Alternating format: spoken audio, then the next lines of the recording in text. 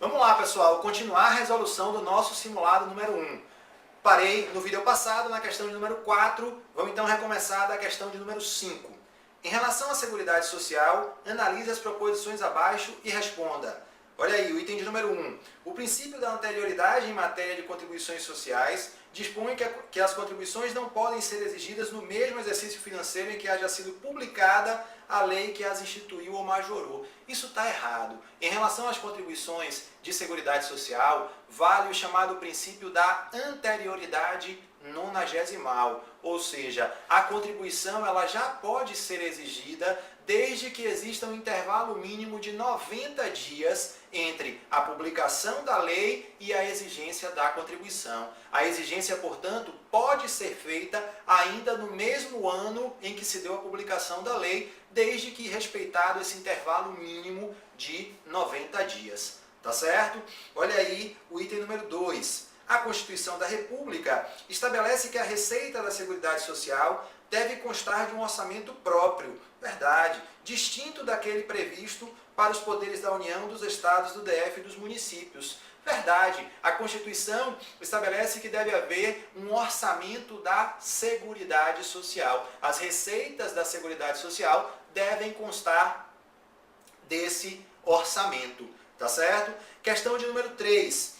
Item número 3. A universalidade da cobertura e do atendimento e a seletividade e distributividade na prestação dos benefícios e serviços são princípios constitucionais que devem ser observados pelo poder público na organização da Seguridade Social. Verdade. É uma questão literal, basta que você observe o parágrafo único do artigo 194 da Constituição. Lá está dito que compete ao poder público organizar a Seguridade Social nos termos da lei e que dentre os objetivos da Seguridade Social estão aí tanto a seletividade e distributividade quanto a universalidade da cobertura e do atendimento. Então, o item 3 está correto. Olha aí o item de número 4. A Constituição da República estabelece que a receita da Seguridade Social deve ter como fonte única de arrecadação os trabalhadores, empregadores e o poder público, enunciando assim o chamado princípio da unicidade da base de financiamento. Errado. Errado porque você sabe que o princípio constitucional é o princípio da diversidade da base de financiamento. Segundo a Constituição, a base de financiamento da Seguridade Social deve ser diversificada. Exatamente para quê? Para que ela não fique dependente de uma única fonte de recursos. E a Constituição prevê o quê? Prevê contribuição devida pelo trabalhador, prevê contribuição devida pela empresa ou pelo empregador, contribuição devida pelo importador e contribuição incidente sobre a receita dos concursos de prognósticos. Ok? Então, questão de número 5, a alternativa correta é a letra B de bola. Há duas proposições corretas, que são exatamente as proposições 2 e 3. A questão de número 6, ela foi anulada, tá certo? Ela tem um equívoco aqui, então ela foi anulada. Olha aí a questão de número 7. Analise as proposições abaixo e responda. Olha lá, a seletividade e distributividade dos benefícios e dos serviços da Seguridade Social referem-se à capacidade individual contributiva dos possíveis beneficiários, que determina a aptidão para usufruírem de prestações da Seguridade Social. Não, esse item está errado. Olha só, o que leva em conta essa capacidade contributiva individual é o princípio da equidade na participação no custeio. É esse princípio que diz: todo mundo deve contribuir, mas a participação de cada um nesse custeio da Seguridade Social deve ser feita de acordo com a sua capacidade contributiva. Deve ser uma participação equitativa. Tá certo?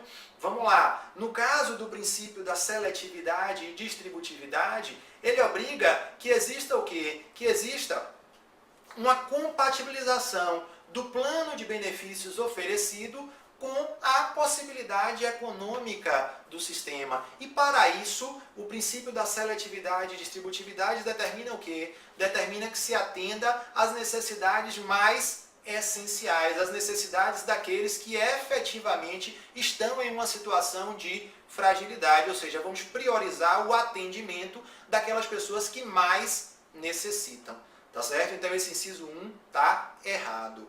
Olha aí o inciso 2. As ações e serviços públicos de saúde integram uma rede regionalizada e hierarquizada que constitui um sistema único, organizado de acordo com as diretrizes da descentralização, atendimento integral e participação da comunidade. O que é que acontece? Verdade. Reprodução aí do artigo 196 da Constituição. Vamos então passar para o item 3. Uma das causas da rápida alteração do perfil demográfico brasileiro é a melhoria das condições de saúde e dos índices de qualidade de vida, assim como a diminuição da mortalidade infantil, o que determina maior longevidade. Esses fatores não influenciam o sistema previdenciário brasileiro, haja vista sua organização em um sistema solidário embasado no regime financeiro de repartição. Ora, meus amigos, claramente está errado esse enunciado. Esse item está errado. Por quê? Obviamente, se a longevidade da população tem aumentado, se a população brasileira tem ficado mais velha, isso acarreta um peso maior nas contas da Previdência Social. Afinal de contas, o que é que acontece? Os benefícios devidos pela Previdência Social, eles são custeados pelas contribuições daqueles que estão hoje em atividade. Por isso que se fala em solidariedade entre gerações. A geração que hoje está em atividade financia a geração que hoje está inativa, claro, sob o fundamento de que lá na frente os seus benefícios serão financiados por aquela geração que estiver trabalhando, tá certo? Essa é a lógica previdenciária, essa é a lógica do regime de repartição. E dentro desse regime é claro que o envelhecimento da população traz aí um peso significativo para as contas da Previdência Social. Tá bom? Olha aí o item número 5. Não há limite mínimo de idade para a inscrição no RGPS, considerando-se a necessária proteção ao trabalhador, em especial a universalidade do atendimento. Tá errado, a gente sabe que a idade mínima para filiação ao RGPS é de 16 anos. A exceção é o menor aprendiz. O menor aprendiz pode se filiar a partir dos 14 anos de idade. Lembrando a você que o menor aprendiz é segurado obrigatório na condição de empregado. Ok? Então ficamos aí na questão de número 7. O gabarito é a letra B de bola. Vamos passar aí para a questão...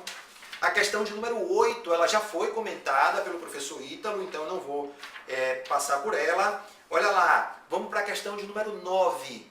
O segurado especial é aquele que exerce suas atividades em regime de economia familiar, sem empregados permanentes e contribui para a Seguridade Social mediante a aplicação de uma alíquota sobre o resultado da comercialização da produção, fazem jus aos benefícios nos termos da lei. Ok, esse aí é o segurado especial. Com base no exposto, não descaracteriza a condição de segurado especial. Vamos lá. A participação em plano de previdência complementar instituído por entidade classista a que seja associado em razão da condição de trabalhador rural ou de produtor rural em regime de economia familiar, ok, de fato a lei prevê essa situação, que o fato do segurado especial se vincular a um plano de previdência complementar que lhe seja oferecido por uma entidade de classe, isso não vai retirar dele o seu enquadramento previdenciário na categoria dos segurados especiais. Esse item está correto.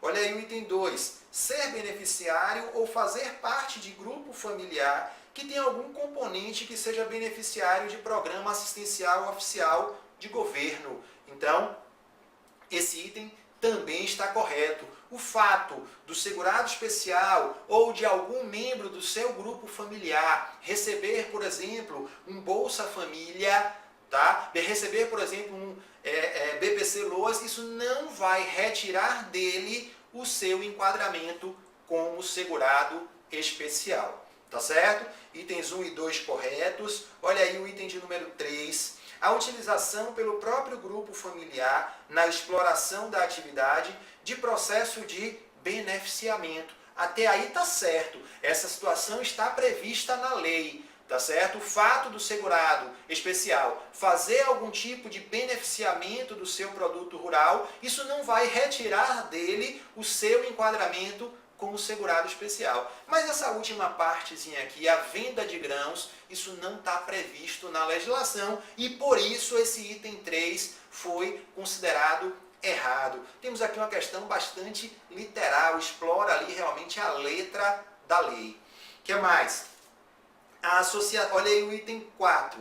A associação em cooperativa agropecuária e sindicatos rurais e participação em empresa que explore exclusivamente a atividade rural. O que é que acontece? A associação em cooperativa, ok, isso está previsto na lei. O fato do segurado especial se associar a uma cooperativa rural não vai retirar dele o seu enquadramento como segurado rural. Mas a expressão sindicato rural, essa aí não está prevista na lei. Então a questão foi considerada, esse item foi considerado errado aí por conta dessa menção à associação em sindicatos rurais que não reproduz adequadamente o que está lá no texto da lei. A lei não trata disso, tá certo? Essa partezinha final também está correta. O segurado especial ele não vai perder a sua condição de segurado especial por ter se associado, por fazer parte ali de uma pequena empresa que explore a atividade agropecuária.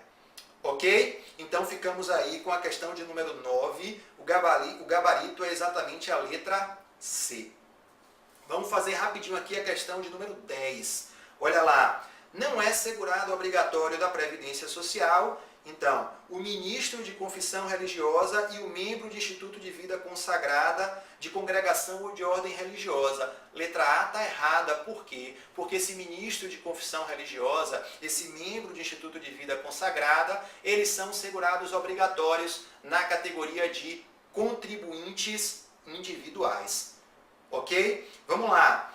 O exercente de mandato eletivo federal, estadual ou municipal, desde que vinculado a regime próprio de previdência social. Correto. De fato, aquele cidadão que ocupa o posto de vereador, de prefeito, vice-prefeito, deputado estadual, deputado federal, governador, como é que fica o enquadramento previdenciário dele? São segurados obrigatórios do RGPS na condição de empregado, desde que não estejam vinculados a regime próprio de previdência social. Se já estiverem vinculados a regime próprio, permanecerão nesse regime próprio. Exatamente por isso, tá? Essa letra B de bola está correta, porque, olha, enunciado, não é segurado obrigatório quem está exercendo mandato eletivo, desde que seja vinculado a regime próprio.